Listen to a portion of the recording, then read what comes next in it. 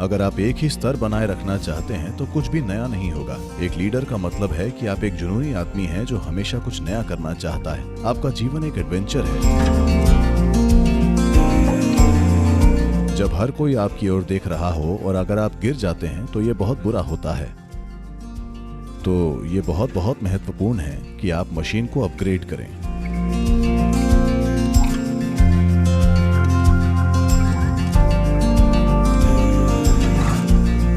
वास्तव में सफलता का डीएनए बनाने के लिए आपको इन 3 चीजों की जरूरत है। गहरी समझ या इंसाइट, निश्चित रूप से ईमानदारी और प्रेरणा।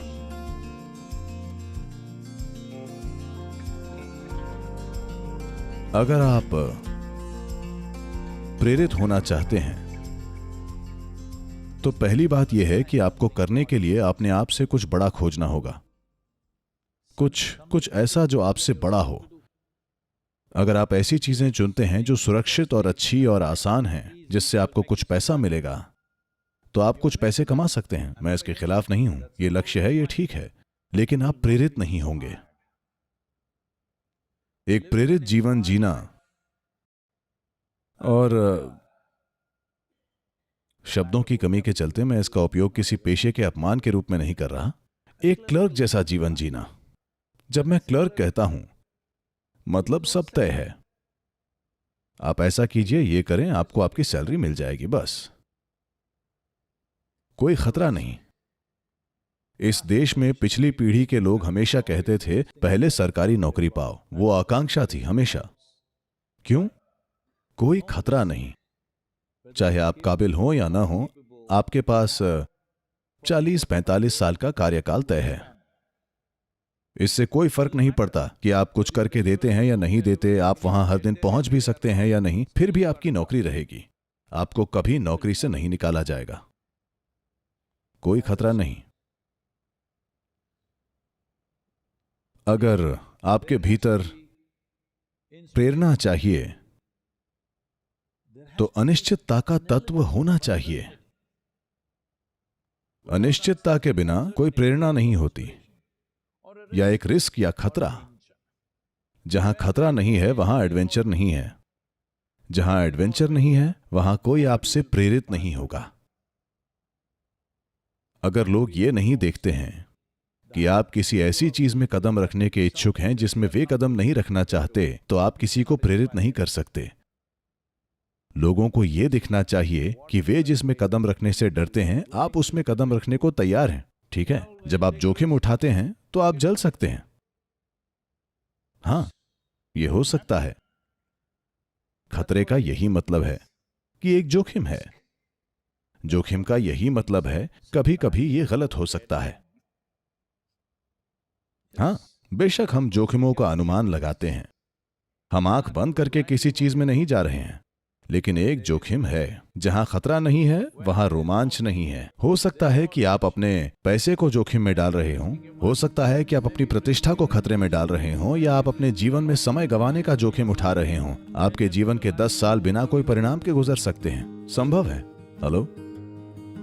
जब आप एक व्यवसाय शुरू करते हैं तो यह संभव है कि आपके जीवन के 10, 15, 20 साल कुछ भी ना हुआ हो। वो जोखिम है। आप पहाड़ से कूदने की तरह नहीं मारे जाएंगे, लेकिन कई अलग अलग तरीकों से जीवन का नुकसान होता है। So, inspiration, if it has to come, one basic element is integrity. तो अगर प्रेरणा चाहिए तो एक मूल तत्व है ईमानदारी। जहां ईमानदारी नहीं वहां आप प्रेरणा नहीं दे सकते। ईमानदारी का मतलब बस इतना ही है। ईमानदारी को नैतिकता, मूल्यों का एक बंडल मत समझिए। नहीं, ईमानदारी का मतलब है कि आपकी प्रतिबद्धता खुद से बड़ी है। यह आपका व्यवसाय हो सकता है, या आपका समुदाय, या आपका देश, या शायद पूरी दुनिया ही। हम नहीं जानते क्या, लेकिन आप अपने से कुछ बड़े के लिए प्रतिबद्ध हैं। तब लोग देखते हैं कि आप में ईमानदारी है। लोग ईमानदारी का अनुभव करते हैं क्योंकि आप अपने स्वार्थ से परे किसी चीज के लिए प्रतिबद्ध हैं। अगर वो ये नहीं देखते तो आप किसी को प्रेरित नहीं कर सकते। और अगर आप अपने आसपास के लोगों को प्रेरित नहीं कर सकते हैं, अगर वो अपने पैर घसीटते हैं, अगर वो अपने पैर घसीटने लगते हैं तो समझिए आपका काम तमाम हो गया। बस इतना जान लीजिए। और ये पैर घसीटने वाले लोग हर संभव तरीके से आपके जीवन को दयनीय बना देंगे। हेलो, आपने उन्हें देखा है? तो अब बस एक ही रास्ता है, यदि तुम अपने पैर घसीटोगे तो मैं तुम्हें निकाल दूंगा।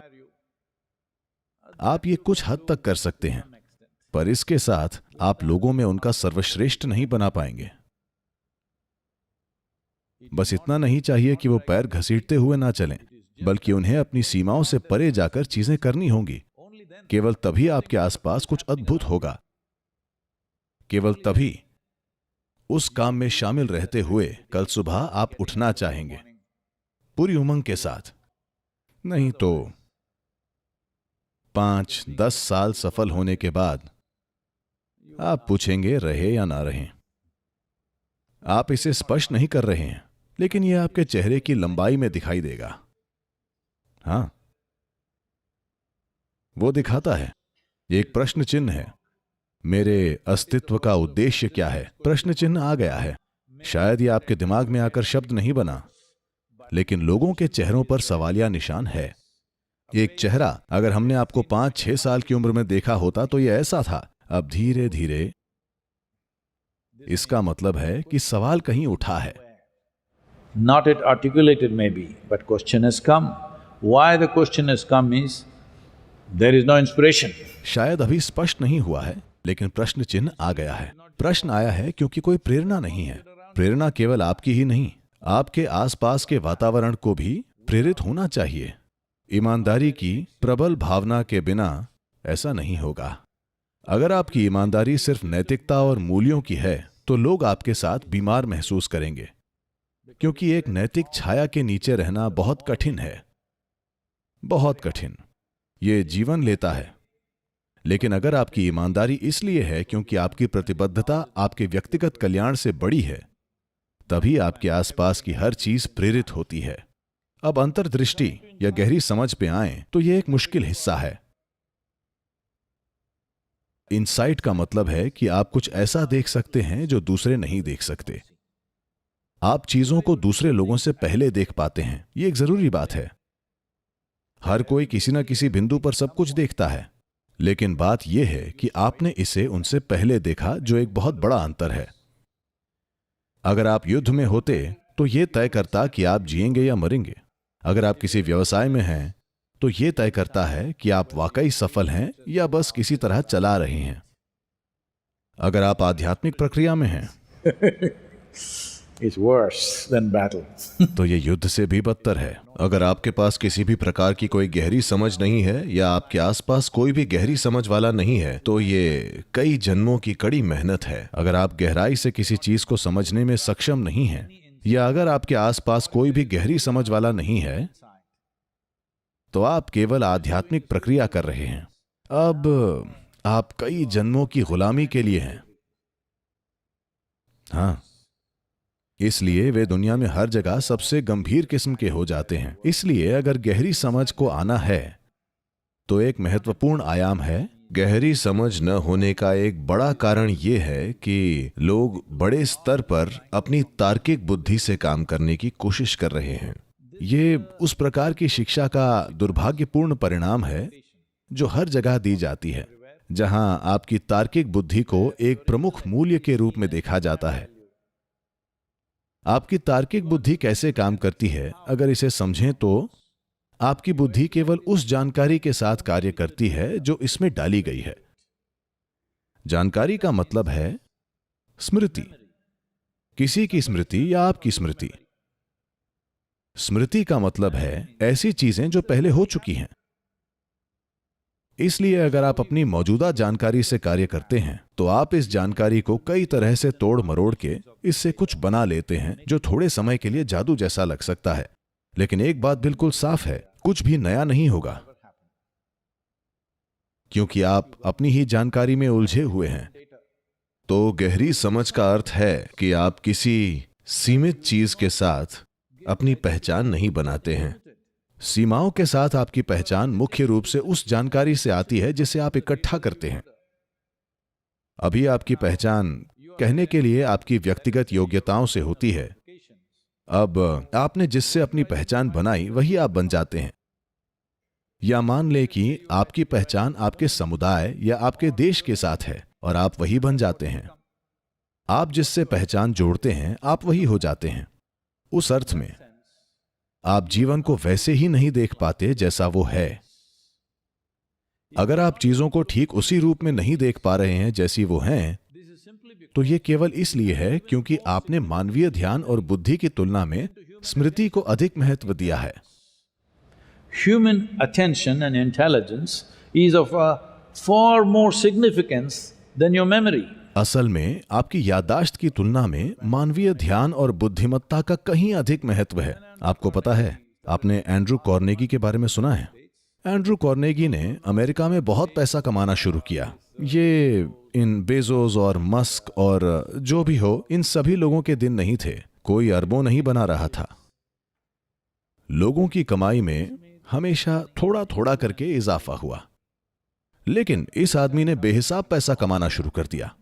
तो स्वाभाविक रूप से एक संदेह था, ये कहां से आ रहा है? क्योंकि इन 20-30 के दशक में अमेरिका में ढेरों पॉन्जी स्कीम योजनाएं थीं, तो उन्होंने सोचा कि वो कुछ कर रहा है। इसलिए कार्नेगी की जांच के लिए कांग्रेसियों के एक समूह का गठन किया गया। ये जांच कुछ समय तक चली और उन्हें कुछ भी गलत नहीं मिला। फिर उन्होंने उसे बुलाया और जांच में उससे पूछा, हमें कुछ गलत नहीं लग रहा है, इसमें पक्का कुछ गलत होना चाहिए क्योंकि आपने इतने कम समय में इतना पैसा कमा लिया है। यहां कहीं कोई अपराध होना ही चाहिए। कहां है? वे उससे पूछ रहे हैं। तो उसने कहा, See, I can pay absolute attention to anything that I see for up to 5 minutes. देखिए, मैं किसी भी चीज को देखकर उस पर 5 मिनट तक पूरा ध्यान दे सकता हूं। क्या आप में से कोई ऐसा कर सकता है? उन्होंने सोचा, बकवास, क्या 5 मिनट? क्या हम ध्यान नहीं दे सकते? हमें बताओ ये क्या है। इसीलिए उसने 5 मिनट के लिए एक प्रयोग किया। कोई भी कुछ सेकंड से ज्यादा ध्यान नहीं दे सका। हर जगह उनका ध्यान जा रहा था। तब उन्हें एहसास हुआ कि वे 5 मिनट तक ध्यान नहीं दे पा रहे हैं। फिर उसने कहा, तुम्हें अमेरिका नहीं चलाना चाहिए। अगर तुम लोग इस देश को ऐसे चलाओगे तो ये कहीं नहीं जाएगा। क्योंकि ध्यान अस्तित्व में दरवाजे खोल सकता है। स्मृति बस अतीत को रिसाइकल करेगी। दुर्भाग्य से अभी डेटा बहुत बड़ा होता जा रहा है। लेकिन वैसे भी एक बार आर्टिफिशियल इंटेलिजेंस अधिक प्रचलित हो जाएगी तो जानकारी वाले लोग फिर डूबेंगे। मेरे फोन में आप सभी की कुल जानकारी से ज्यादा जानकारी है। हेलो, हाँ या ना? ये एक दिन में पीएचडी अर्जित करने में सक्षम है। हाँ, इसके पास पर्याप्त जानकारी है। इसलिए सूचना और जानकारी को बुद्धिमत्ता समझने की गलती ना करें। Intelligence is sharpened only by attention, not by thinking. बुद्धि ध्यान से ही तेज होती है, सोचने से नहीं। सोचने का मतलब है जानकारी को रिसाइकल करना। मैं ये नहीं कह रहा हूं कि जानकारी का कोई महत्व नहीं है, इसका है। अगर आप एक स्तर बनाए रखना चाहते हैं तो जानकारी महत्वपूर्ण है। लेकिन अगर आप एक लीडर बनना चाहते हैं, एक लीडर का मतलब है कि आप एक जुनूनी आदमी हैं जो हमेशा कुछ नया करना चाहता है। कुछ नए से ये मतलब है कि आप हर समय अपरिचित इलाकों में जाना चाहते हैं। अपरिचित इलाके का मतलब है कि आप सजगता के साथ खतरे में कदम रख रहे हैं। तो आपका जीवन एक एडवेंचर है, क्योंकि ये एक एडवेंचर है। हर कोई आपकी ओर देख रहा है। जब हर कोई आपकी ओर देख रहा है और अगर आप गिर जाते हैं तो ये बहुत बुरा होगा। इसलिए अपनी गतिविधि को अपग्रेड करने से पहले यह बहुत बहुत महत्वपूर्ण है